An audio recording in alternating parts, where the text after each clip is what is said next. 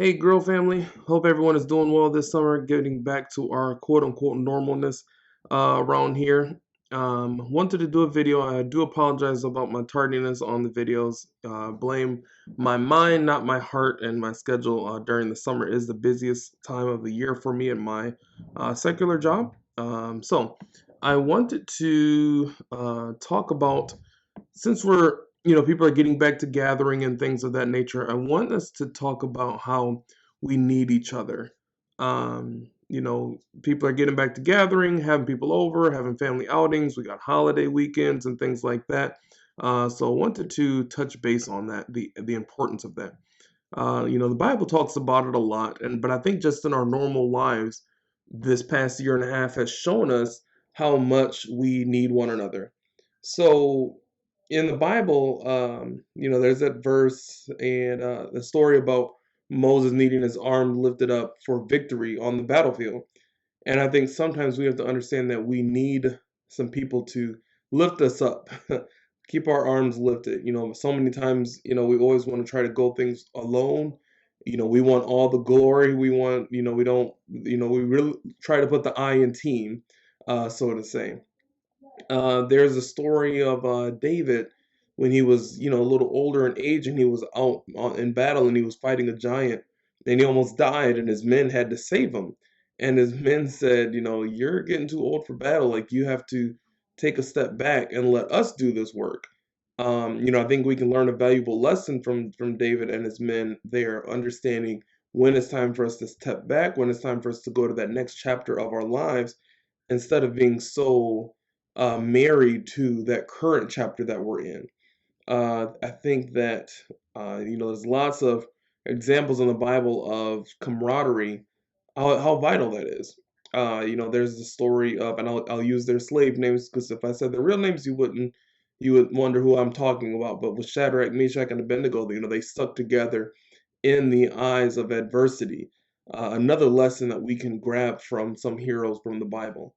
Uh, and one thing that gets overlooked, in the story of in the Gospel of Luke, there's a story of when the Messiah is on his way to his execution, and he's carrying the wood with him, and he's struggling with it. And they have a man named Simon from northern Africa help him carry the wood for him, and I don't think that we put a lot of attention to detail on how vital that is.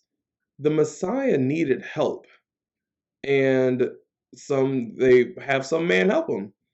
So if the Messiah needed help, who are we to say that we don't need help from someone else? Who are we to say that we're going to go at this alone? If the Messiah he accepted the help, we have to accept help as well.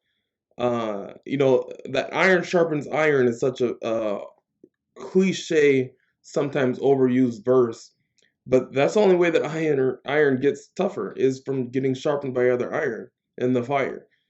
This past time period this past chapter we've been in, there was some fire that happened. There were a lot of struggles that people dealt with. Myself as an introvert, I loved being at home and loved not. I wasn't too upset about things being closed. The only thing I really was super upset about being closed was the movie theater. But at the same time, there were no movies that came out, so it kind of evened itself out there. So I'd much rather, as much as I love to go to the movies and eat the theater popcorn, I'm also fine, watching a new movie in the safety of my own house. It's a lot less expensive when you're a family of five as well. But I want us to, in this, as the world, quote unquote, opens back up, everyone always says that, we have to make sure that we're not just going back to the fun things, but that we're also taking care of one another. There was a lot of trauma and issues that some people dealt with. There were children that dealt with higher cases and abuse. People that dealt with higher cases of alcohol abuse, drug abuse, porn addiction, like all these different things, spousal abuse, all those different things, because home isn't safe for a lot of people. And as we get back in the ground and doing this work that we love to do and what we've been called to do and what we're passionate to do, we have to make sure that we are not just doing this by the numbers. That we're not just taking for granted, like, hey, let me go just spend a little couple hours with these young people or this leader at this church or parachurch organization. We have to really be intentional of what we're pouring into people, because we have a lot of ground to make up. Not just GRIL, but as the body of Christ. We have a lot of ground to make up. The technology use was great, but Zoom videos is not the future of interaction. It's not the future of ministry.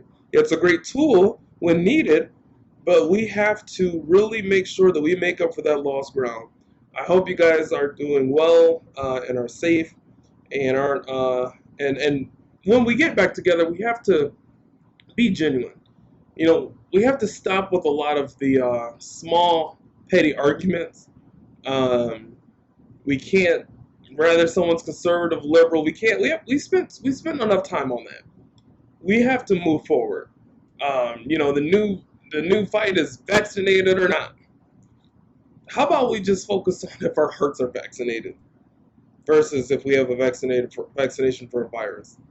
I really hope that you guys are doing well. I don't want to make this video too long. I will try as hard as I can to be more consistent in getting these out to you guys. Have a great one. God bless.